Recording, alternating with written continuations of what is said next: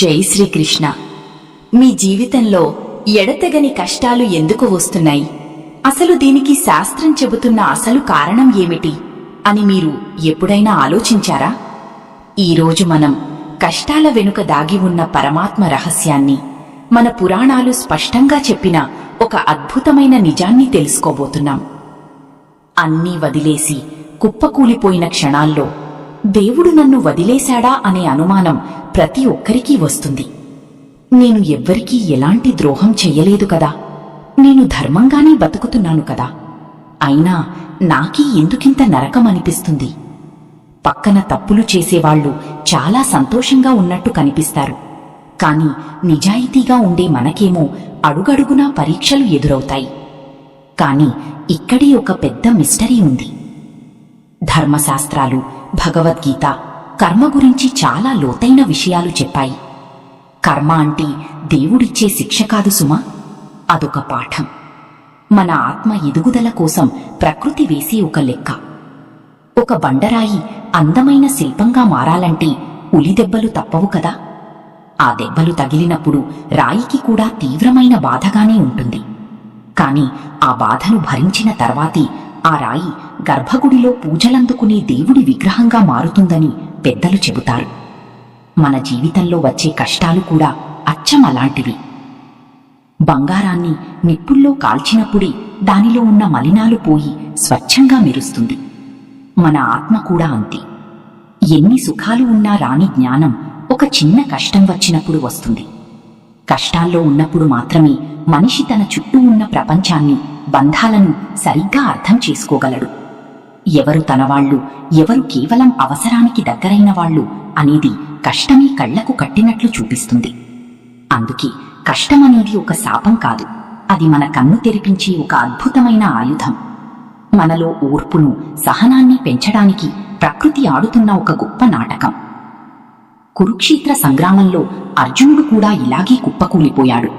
తన వాళ్లను కోల్పోవడం, రక్తం చిందించడం ఇదంతా అవసరమా అని కృష్ణుడిని అడిగాడు. అప్పుడు శ్రీకృష్ణుడు చెప్పిన సమాధానం ఈరోజు మనకందరికీ ఒక దారి చూపిస్తుంది. మనకు వచ్చే ప్రతి కష్టం మనల్ని ఏదో ఒక విధంగా బలవంతుణ్ణి చెయ్యడానికి, లేదా మన గత కర్మల భారాన్ని తగ్గించడానికి మాత్రమే వస్తుందని పురాణాలు వివరిస్తున్నాయి. మీరు గమనించారా? జీవితంలో అత్యంత కష్టమైన దశను దాటిన వాళ్లే ఆ తర్వాత సమాజంలో ఎంతో ఉన్నతంగా నిలబడతారు. దేవుడు మనకు కష్టాలు ఇస్తున్నాడు అంటే ఆయన మనల్ని మర్చిపోలేదు అని అర్థం. ఆయన మనల్ని ఇంకా నిశితంగా గమనిస్తున్నాడు. ఒక గురువి తన అత్యంత ఇష్టమైన, తెలివైన శిష్యుడికే కష్టమైన పరీక్ష పెడతాడు. ఎందుకంటే వాడా పరీక్షను ఖచ్చితంగా పాస్ అవుతాడని ఆ గురువుకు తెలుసు. మనకు వచ్చే కష్టాలు కూడా పరమాత్మ మన మీద పెట్టుకున్న నమ్మకానికి ప్రతీకగా భావించవచ్చు. కాని ఇక్కడే మనం తెలుసుకోవాల్సిన ఇంకొక రహస్యముంది. అసలు మన ప్రమేయం లేకుండానే, మనం ఎలాంటి తప్పు చెయ్యకపోయినా కొన్ని కష్టాలు ఎందుకొస్తాయి? గత జన్మ కర్మల ప్రభావం నిజంగా ఉందా, లేక ఇది కేవలం మనల్ని మనం ఓదార్చుకోవడానికి చెప్పుకునే మాట మాత్రమేనా? ఈ ప్రశ్నకు వేదాలిచ్చిన ఒక చిన్న ఉదాహరణ తెలిస్తే మీ ఆలోచనా విధానం పూర్తిగా మారిపోతుంది. కర్మ ఎలా పనిచేస్తుందో, అది మనల్ని ఎలా పవిత్రం చేస్తుందో అర్థం చేసుకోవడానికి మనం ప్రాచీన కాలంలో జరిగిన ఒక అద్భుతమైన సంఘటనను గుర్తు చేసుకోవాలి. ఒకానొకప్పుడు మహాభారత కాలం నాటి కథగా పెద్దలొక విషయం చెప్తారు. పాండవులు సర్వస్వం కోల్పోయి అరణ్యవాసంలో ఉన్నప్పుడు సాక్షాత్తు ధర్మదేవతకు ప్రతిరూపమైన ధర్మరాజుకి ఒక తీవ్రమైన సందేహం వస్తుంది. మేము ధర్మంగానే ఉన్నాము కదా, ఏ పాపం చెయ్యలేదు కదా, అయినా ఈ అడవుల పాలు ఎందుకయ్యాము అని అడుగుతాడు. ఆ సమయంలో అక్కడికి వచ్చిన మహాజ్ఞాని మార్కండేయ మహర్షి నలమహారాజు కథను వివరిస్తాడు. నలుడు ఎంతో గొప్ప చక్రవర్తి, సత్యసంధుడు, ఎవ్వరికీ ఎలాంటి అపకారం చెయ్యనివాడు. అయినా సరే విధిరాత వల్ల, పరిస్థితుల ప్రభావం వల్ల ఒకేసారి రాజ్యాన్ని కోల్పోయి కట్టుబట్టలతో అడవుల పాలవుతాడు. కనీసం తినడానికి ఆహారం దొరకని దీనస్థితి వస్తుంది. ప్రాణానికి ప్రాణమైన భార్య దమయంతికి కూడా దూరమవుతాడు. ఇదంతా వింటుంటే ఎవరికైనా ఏమనిపిస్తుంది? అసలు భూమి మీద ధర్మానికి విలువ ఉందా, దేవుడు న్యాయంగా ఉన్నాడా అనిపిస్తుంది కదూ. కాని మన వేద వ్యవహారంలో కర్మను 3 రకాలుగా చెప్తారు: సంచిత కర్మ, ప్రారబ్ధ కర్మ, ఆగామి కర్మ. మనమిప్పుడు అనుభవిస్తున్న ఈ కష్టాలు, సంతోషాలు అన్నీ కూడా ఈ ప్రారబ్ధ కర్మ ఖాతాలో నుంచి వచ్చినవి. అంటే ఒక పెద్ద గోడౌన్లో ఉన్న ధాన్యం మొత్తం సంచితమైతే అందులోంచి ఈరోజు వండుకోవడానికి మనం తీసుకువచ్చిన బియ్యం మాత్రమే ప్రారబ్ధం. మనం ఈ జన్మలో ఏ తప్పు చెయ్యకపోయినా ఆ పాత ఖాతాలో ఉన్న బాకీని ఎప్పుడూ ఒకప్పుడు తీర్చక తప్పదు. అయితే ఇక్కడ భగవంతుడి గొప్పతనం ఏమిటంటే, ఆ బాకీని మనం తీర్చే సమయంలో ఆయన మనకు తట్టుకునే శక్తిని ఇస్తాడు. నలమహారాజు ఆ కష్టాల కొలిమిలో కాలి ఎన్నో కొత్త విద్యలు నేర్చుకుని మరింత జ్ఞానిగా మారి చివరకు తన రాజ్యాన్ని మళ్లీ అద్భుతంగా దక్కించుకున్నాడు. ఆ కష్టాలే రాకపోతే నలుడిలో ఉన్న అద్భుతమైన ఓర్పు ప్రపంచానికి తెలిసేది కాదు. దీన్ని మన ప్రస్తుత జీవితాలకు అన్వయించి చూద్దాం. ఉదాహరణకు, ఒక వ్యాపారం మొదలు పెడతారు. అంతా బాగానే జరుగుతోంది, ఇంకేం ఢోకా లేదు అనుకునే లోపు ఊహించని నష్టం వస్తుంది. లేదా మనం ప్రాణంగా ప్రేమించిన వాళ్ళు మనల్ని ఏమాత్రం అర్థం చేసుకోకుండా చిన్న చిన్న కారణాలకే దూరమైపోతారు. ఆ క్షణంలో మన గుండె పగిలిపోతుంది. కళ్లకు కన్నీళ్లు తప్ప భవిష్యత్తు కనిపించదు. కష్టాల సుడిగుండంలో చిక్కుకున్నప్పుడు చుట్టూ చిమ్మ చీకటి ఆవరించినట్లు అనిపిస్తుంది. ఒంటరితనం ఒక రాక్షసుడిలా మింగేయడానికొస్తుంది. అలాంటి సమయంలో ఎవరైనా వచ్చి ఇదంతా నీ కర్మ అంటే మనకు చెప్పలేనంత కోపం వస్తుంది. కాని ఆ మాటలో ఉన్న ఆంతర్యం శిక్ష కాదు, ప్రక్షాళన. ఎలాగైతే మురికి పట్టిన బట్టను బండకేసి బాదుతారో అది బట్ట మీద కోపంతో కాదు, అందులో ఉన్న మురికి వదిలించడానికి మాత్రమే. మన జీవితంలో వచ్చే దుఃఖం కూడా అలాంటిదే. కాలం గడిచే కొద్దీ మనకి ఒక నిజం అర్థమవుతుంది. ఆ నష్టం వల్ల మనం ఇంకో కొత్త మెళకువ నేర్చుకుని ఉంటాం. లేదా ఆ మనిషి దూరం అవ్వడం వల్ల మనకు స్వతంత్రంగా, ధైర్యంగా బతకడం ఎలాగో తెలిసి వస్తుంది. అంటే దేవుడు మన దగ్గర్నుంచి ఒకదాన్ని లాక్కున్నాడు అంటే భవిష్యత్తులో అంతకంటే మెరుగైన దాన్ని ఇవ్వడానికి అని నమ్ముతారు పెద్దలు. అయితే ఇక్కడే ఒక అసలైన ప్రశ్న వస్తుంది. మనం మనుషులం కదా, ఎంత జ్ఞానమున్నా, ఇదంతా తత్వమని తెలిసినా సరే కష్టం రాగానే మనసు అల్లకల్లోలమైపోతుంది, భయం వేస్తుంది. అసలు అలాంటప్పుడు ఆ కష్టాన్ని మనసు లోపల ఎలా ప్రాసెస్ చేసుకోవాలి? దేవుడి మీద భక్తిగా ఉన్నప్పటికీ ఒకానొక దశలో మనకు చిరాకు ఎందుకొస్తుంది? ఈ చిరాకును దాటి శాంతిని పొందడం ఎలా? ఇక్కడే మనలో దాగి ఉన్న ఆత్మశక్తి అనేది ఎలా పనిచేస్తుందో తెలుసుకోవాలి. దాని గురించి వింటే మీరు నిజంగా ఆశ్చర్యపోతారు. మనం గుడికి వెళతాం, దండం పెట్టుకుంటాం, ఎన్నో పూజలు చేస్తాం. అయినా కూడా కష్టం వచ్చినప్పుడు మొదటి ఆలోచన దేవుడి మీదే కోపంగా మారుతుంది. అసలు నువ్వు ఉన్నావా? ఉంటే నాకీ పరిస్థితి ఎందుకొచ్చింది అని నిలదీస్తాం.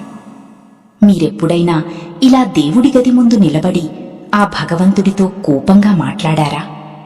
మనసులో బాధను దాచుకోలేక కన్నీళ్లు పెట్టుకున్నారా? అలా అయితే మీరు ఒంటరి కాదు. భక్తుడికి భగవంతుడికి మధ్య ఉండే అత్యంత సహజమైన అనుబంధం అది. దేవుడి మీద కోపం రావడం కూడా ఒక రకమైన ప్రగాఢమైన భక్తిగానే మన శాస్త్రాలు చెబుతాయి. ఎందుకంటే ఆయనే మన సర్వస్వమని పూర్తిగా నమ్మినప్పుడే కదా ఆ చనువుతో మనం ప్రశ్నించగలం. ఈ సందర్భంలో కుంతీదేవి జీవితంలో జరిగిన ఒక సంఘటన మన మనసుల్ని లోతుగా తాకుతుంది. మహాభారత యుద్ధం ముగిసిపోయింది. పాండవులంతా ఒక రకంగా స్థిరపడ్డారు. అప్పుడు శ్రీకృష్ణుడు ద్వారకకు బయల్దేరుతూ కుంతీదేవి దగ్గరకు వెళ్లి, అత్తా, నీకేమైనా వరం కావాలంటే కోరుకో అని అడుగుతాడు. అప్పుడామె అడిగిన వరం వింటే ఎవరికైనా రోమాలు నిక్కబొడుచుకుంటాయి. ఆమె సిరి సంపదలు అడగలేదు, సామ్రాజ్యాలు అడగలేదు. కృష్ణ, నా జీవితంలో ఎప్పుడూ కష్టాలే కలుగుతూ ఉండేలా వరమివ్వు అని అడిగింది. సాక్షాత్తు శ్రీకృష్ణుడే ఆశ్చర్యపోయి, అదేంటత్తా, జీవితమంతా కష్టాలు అనుభవించావు కదా, ఇప్పుడు సుఖంగా ఉండాల్సిన సమయంలో మళ్లీ కష్టాలడుగుతున్నావేంటి అన్నాడు. దానికి కుంతీదేవి చిరునవ్వుతో చెప్పిన సమాధానం మనం ఎప్పటికీ మర్చిపోలేం. నాయనా, కష్టాలు ఉన్నప్పుడే కదా నిన్ను ప్రతిక్షణం తలుచుకున్నాను. నువ్వు మా పక్కన ఉన్నావు, అడుగడుగునా మమ్మల్ని కాపాడావు. అదే నాకు సుఖాలు వస్తే ఆ మాయలో పడి నిన్ను మర్చిపోతానేమో అన్న భయం నన్ను వెంటాడుతోంది. నిన్ను మర్చిపోయే సుఖం కంటే నువ్వు గుర్తొచ్చే కష్టమే నాకు 1000 రెట్లు మేలు అని చెబుతుంది. ఇది వింటుంటే మనకొక విషయం చాలా స్పష్టంగా అర్థమవుతుంది. కష్టమనేది భగవంతుడికి మనల్ని దగ్గర చేసే ఒక వంతెన. మనం సుఖంగా ఉన్నప్పుడు ప్రపంచాన్ని చూస్తాం, మన చుట్టూ ఉన్న బంధాల వైపు చూస్తాం. కాని కష్టంలో ఉన్నప్పుడు మాత్రమే మన అంతరాత్మ వైపు చూస్తాం. మన లోపల ఉన్న నిజమైన శక్తిని ఆత్మశక్తి అంటారు. ఈ ఆత్మశక్తి అనేది బయట ఎక్కడి నుంచో రాదు, మనల్ని మనం లోతుగా ప్రశ్నించుకున్నప్పుడే పుడుతుంది. బాధను భరించే కొద్దీ మనసు ఒక ఉక్కులా మారుతుందని పెద్దలు చెబుతారు. కాని ఇక్కడ ఒక చిన్న లాజిక్ ఉంది. కష్టం రాగానే కొందరు ఎందుకు ఆత్మహత్యల దాకా వెళ్తారు? మరికొందరు ఎందుకు అద్భుతమైన విజయాలు సాధించి పైకి లేస్తారు? ఒకే రకమైన సమస్య ఇద్దరు వ్యక్తులకు వచ్చినప్పుడు వారిద్దరి జీవితాలు పూర్తిగా వేరువేరు దారుల్లో ఎందుకు పయనిస్తాయి? దీని వెనక కేవలం కర్మ మాత్రమే ఉందా, లేక ఇంకేదైనా పెద్ద రహస్యముందా? అసలు సృష్టి ధర్మం ఏం చెబుతోంది? సృష్టి ధర్మం ప్రకారం కర్మ అనేది కేవలం మనకు ఒక పరిస్థితిని మాత్రమే ఇస్తుంది. ఆ పరిస్థితిని ఎలా ఎదుర్కోవాలి అనేది మన చేతుల్లోనే ఉంటుంది. దీన్నే మన శాస్త్రాలు సంకల్ప బలం అని పిలుస్తాయి. ఒకే రకమైన మట్టిలో ఒకే వాన నీటితో 2 విత్తనాలు మొలకెత్తుతాయి. కాని ఒకటి ముళ్ల పొదగా మారుతుంది, మరొకటి అందమైన పువ్వుల చెట్టుగా వికసిస్తుంది. ఇక్కడ మట్టి, నీరు అనేది కర్మ అయితే ముళ్ళు ఇవ్వాలా, పువ్వులు ఇవ్వాలా అని నిర్ణయించుకునేది ఆ విత్తనం యొక్క స్వభావం. మన జీవితంలో వచ్చే సమస్యలు కూడా ఆ మట్టిలాంటివే. వాటి నుంచి మనం కోపాన్ని, నిరాశను పెంచుకుంటామా, లేక ఒక అనుభవాన్ని, జ్ఞానాన్ని నేర్చుకుంటామా అనేది మన చేతుల్లోనే ఉంది. మీకు రామాయణంలో హనుమంతుడి ఘట్టం గుర్తుండే ఉంటుంది. సీతమ్మ వారిని వెతకడానికి వానర సైన్యం సముద్రం వడ్డుకు చేరుకుంటుంది. ఆ విశాలమైన సముద్రాన్ని చూడగానే అందరూ భయపడిపోతారు. అప్పుడు సాక్షాత్తు హనుమంతుడు కూడా ఒక మూల మౌనంగా, దిగులుగా కూర్చుండిపోతాడు. తనలో ఎంతటి అపరమైన శక్తి ఉందో ఆయనకే తెలియదు. అప్పుడు జాంబవంతుడు వెళ్లి, హనుమా, నీ శక్తి ఇది, నువ్వు తలుచుకుంటే ఆకాశాన్ని అందుకోగలవు అని ఆయన అసలు బలాన్ని గుర్తుచేస్తాడు. ఆ తర్వాత హనుమంతుడు సముద్రాన్ని ఏ విధంగా లంఘించాడో మనందరికీ తెలుసు. నిజానికి మనందరిలోనూ ఒక హనుమంతుడు దాగి ఉన్నాడు. కాని మన బలం మనకు పూర్తిగా తెలియదు. సముద్రం లాంటి పెద్ద కష్టం ఎదురుగా రాగానే మనం భయపడిపోయి ఒక మూల ఆందోళనగా కూర్చుంటాం. అయితే ఇక్కడ ఆసక్తికరమైన విషయం ఏమిటంటే, మన జీవితంలో జాంబవంతుడి పాత్ర పోషించేది ఎవరు? పక్కన ఉండే స్నేహితులా, బంధువులా? కాదు, మనకు ఎదురయ్యే కష్టమే మన పాలిట జాంబవంతుడు. అవును, వినడానికి కాస్త వింతగా అనిపించినా ఇదే పచ్చి నిజం. సమస్య మన గొంతుదాకా వచ్చినప్పుడే మనలో దాగి ఉన్న అసలైన పోరాట పటిమ బయటపడుతుంది. అప్పటి వరకు నా వల్ల కాదు, నేను చేయలేను అనుకున్న పనులను కూడా అత్యంత అద్భుతంగా చేసి చూపిస్తాం. కష్టం మనలోని సామర్థ్యాన్ని తట్టి లేపుతుంది. పెద్దలు చెప్పిన ఒక గొప్ప మాట ఉంది. కష్టం రావడం అనేది నీ కర్మ అయితే, ఆ కష్టాన్ని నువ్వు ఎలా ఎదుర్కొంటావు అనేది నీ ధర్మం. జీవితంలో కష్టాలు రాకుండా ఎవరూ ఆపలేరు. భగవంతుడు కూడా ఆపడు. ఎందుకంటే ఆయన మనకు కష్టాలు రాకుండా అడ్డుపడే ఒక కాపలాదారు కాదు, కాని ఆ కష్టపు చీకటిలో నడవడానికి అవసరమైన వెలుగును, మార్గాన్ని చూపే దారిదీపం. ఈ సత్యాన్ని వంటబట్టించుకున్నవారు ఏ ఆపద వచ్చినా పూర్తిగా కుంగిపోరు. కొంత సమయం బాధపడినా మళ్లీ రెట్టించిన ఉత్సాహంతో పైకి లేస్తారు. కాని ఇలాంటి తత్వాలు చెప్పుకోవడానికి చాలా బాగానే ఉంటాయి, ఆచరణలో పెట్టాలంటే మాత్రం చాలా కష్టం కదా. రోజువారీ జీవితంలో అప్పుల బాధలు, కుటుంబ సమస్యలు, నమ్మిన వాళ్ల మోసాలు ఎదురవుతున్నప్పుడు మనసును ప్రశాంతంగా ఉంచుకోవడం ఎలా సాధ్యమవుతుంది? ఈ గందరగోళం నుంచి బయటపడటానికి, మనసును స్థిరంగా ఉంచుకోవడానికి మన వేద సంప్రదాయాలు కొన్ని సూక్ష్మమైన, శక్తివంతమైన మార్గాలను సూచించాయి. వాటిని పాటిస్తే మనకు అద్భుతమైన మానసిక శాంతి కలుగుతుందని పెద్దలు నమ్ముతారు. ఆ రహస్య మార్గాలు ఏమిటో ఇప్పుడు చూద్దాం. మన శాస్త్రాలు చెప్పిన మొట్టమొదటి రహస్యం సాక్షిభావం. అంటే మన జీవితంలో జరుగుతున్న సంఘటనలకు మనమే ఒక ప్రేక్షకుడిగా మారడం. ఇది వినడానికి కొంచెం కష్టంగా అనిపించవచ్చు, కానీ దీనిలో ఉన్న అద్భుతమైన శక్తి ఇంకెందులోనూ లేదు. మీరు ఒక సినిమా చూస్తున్నారు అనుకోండి. అందులో హీరో కష్టాలు పడుతుంటే మీరు ఏడుస్తారు.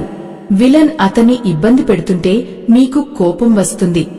కాని ఆ సినిమా థియేటర్ లోపల ఉన్నంతవరకే ఆ భావోద్వేగం ఉంటుంది. బయటకు రాగానే అది కేవలం ఒక కథ అని మీకు తెలుసు కదా.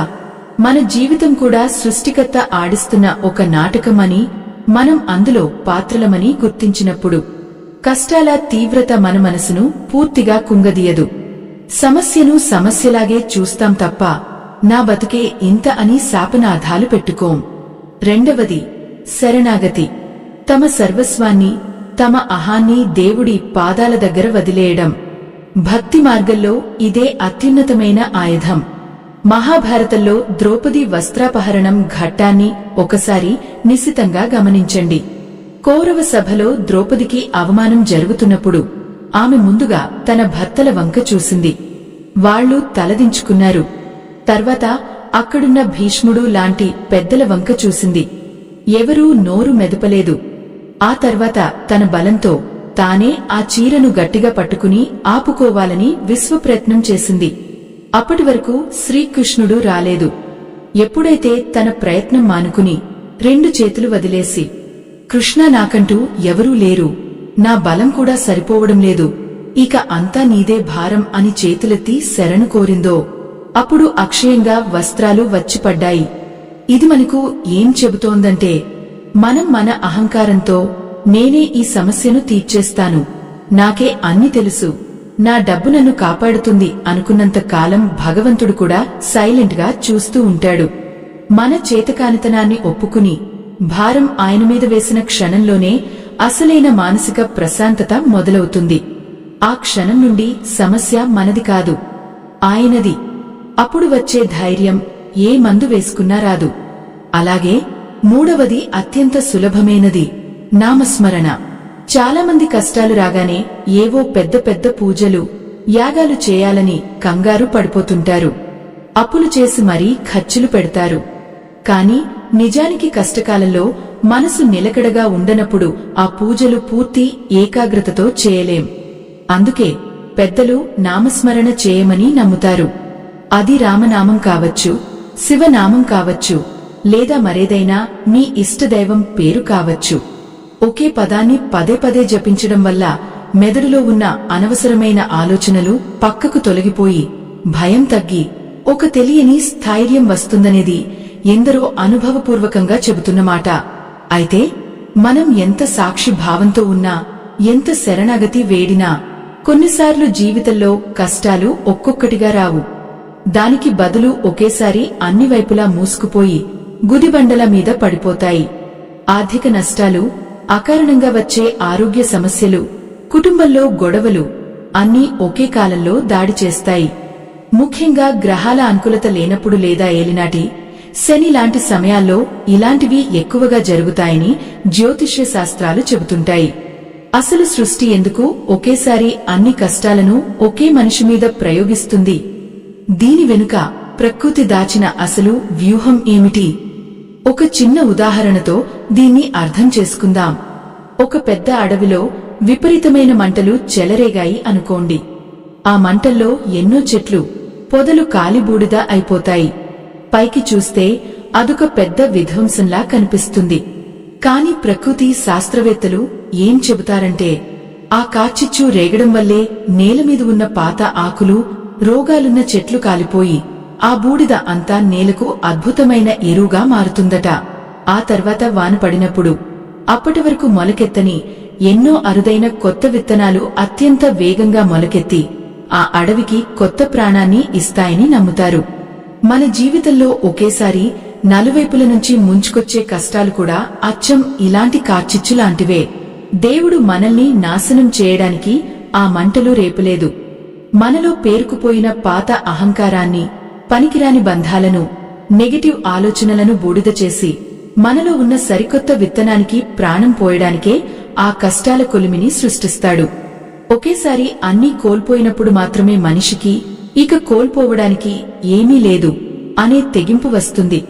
ఆ తెగింపే ఒక అద్భుతమైన శక్తిగా మారి అంతకు ముందున్న దానికంటే 100 రెట్లు అద్భుతమైన జీవితాన్ని నిర్మించుకోవడానికి పునాది అవుతుంది. చరిత్రలో చూసినా, మన చుట్టుపక్కల సమాజంలో గమనించినా, సుడిగుండం లాంటి కష్టాల్లో పడి ఇక బతకలేరు అనుకున్న వాళ్లే రేపటి రోజున చరిత్ర సృష్టించిన సంఘటనలు ఎన్నో ఉన్నాయి. వారెవరికీ ఆకాశం నుంచి అదృష్టం ఓడిపడలేదు. తమ మీద పడిన రాళ్లనే పునాది రాళ్లుగా మార్చుకున్నారు. కష్టాన్ని చూసి ఏడుస్తూ కూర్చుంటే అది మనల్ని సమాధి చేస్తుంది. అదే కష్టాన్ని నిచ్చెనలా వాడుకుంటే అది మనల్ని శిఖరానికి చేరుస్తుంది. అందుకే మన పురాణాల్లో చెప్పబడినట్టుగా కష్టాలు అనేవి కర్మల ప్రక్షాళనకు ఒక మార్గం మాత్రమే కాదు, ఆత్మ ఎదుగుదలకు అత్యవసరమైన మెట్లు కూడా. ఈరోజు మీరు ఏడుస్తున్నారంటే రేపు అంతకంటే పెద్ద సంతోషం మీకోసం ఎదురుచూస్తోందని నమ్మండి. ఎందుకంటే భగవంతుడి లెక్కలో ఎప్పుడూ లోపం ఉండదు. సూర్యుడు అస్తమించాడు అంటే మరుసటి రోజు ఉదయం మరింత కాంతితో ఉదయిస్తాడు అని అర్థం కదా. మీ జీవితంలో ఇప్పుడున్న కారు చీకటి రాబోయే ఒక అద్భుతమైన వేకువజాముకు సూచన. మీరు ఎంతటి కష్టాల్లో ఉన్నా సరే మీపై మీకు నమ్మకం ఉంచండి. ఆ నమ్మకమే భగవంతుడికి మీరు ఇచ్చే అసలైన కానుక. ఆ విశ్వాసంతో ముందడుగు వేయండి. మీ మార్గం సగర్వంగా, సురక్షితంగా ఉంటుంది. ఇక్కడ మనం చెప్పుకున్న పురాణ కథలు, కర్మ సిద్ధాంతాలు, భావనలు అన్నీ కూడా మన ప్రాచీన గ్రంథాలు, పెద్దలు తరతరాలుగా చెబుతూ వస్తున్న నమ్మకాలపై ఆధారపడినవి. ఇవి మనకు ధైర్యాన్ని, ఆధ్యాత్మిక మార్గదర్శకత్వాన్ని ఇవ్వడానికి ఉద్దేశించినవి. ఇవన్నీ చారిత్రక వాస్తవాలుగా మనం నిర్ధారించలేము. అయినా మీరంతా మన ఛానల్పై చూపిస్తున్న నమ్మకానికి, ఇస్తున్న మద్దతుకు మనస్ఫూర్తిగా కృతజ్ఞతలు. మీకు ఎల్లప్పుడూ నిజాయితీతో కూడిన మంచి సమాచారాన్ని అందించడమే మా బాధ్యత. ఈ ఛానల్ నడపడానికి, ఇలాంటి ఎన్నో విలువైన విషయాలు వెతికి మీకోసం ఒక అందమైన రూపంలో తీసుకురావడానికి ఎంతో సమయం, శ్రమ పడుతుంది. ఈ ప్రయాణంలో మీ ప్రోత్సాహం మాకు చాలా అవసరం. మీకు వీలైతే మా ఈ చిరు ప్రయత్నానికి మద్దతుగా ఇప్పుడు స్క్రీన్ మీద కనిపిస్తున్న QR కోడ్ని స్కాన్ చేసి మీ వంతు చేయూతనివ్వగలరు. ఇది పూర్తిగా మీ ఇష్టపూర్వకమైనది. మీ జీవితంలో ఎప్పుడైనా ఇలాంటి కష్టాలు ఎదురే అందులోంచి మీరు పాఠాలు నేర్చుకున్న సంఘటనలు ఉన్నాయా? మీ కుటుంబంలో ఏదైనా ప్రత్యేకమైన భక్తి మార్గాన్ని ఆచరిస్తారా? మీ మనసులోని మాటలను కింద కామెంట్స్ లో మాతో పంచుకోండి. ఈ వీడియో మీ మనసుకు కాస్తంత ప్రశాంతతను ఇచ్చి ఉంటే ఒక చిన్న లైక్ చేసి మన ఛానల్ను సబ్స్క్రైబ్ చేసుకోండి. నువ్వు కష్టంలో ఉన్నప్పుడు దేవుణ్ణి వెతుకుతావు, కాని ఆ దేవుడు ఆ కష్టంలోనే ఉన్నాడని మర్చిపోకు అన్న ఈ మాట ఎప్పుడూ గుర్తుంచుకోండి. సర్వే జనాః సుఖినో భవంతు. జై శ్రీకృష్ణ.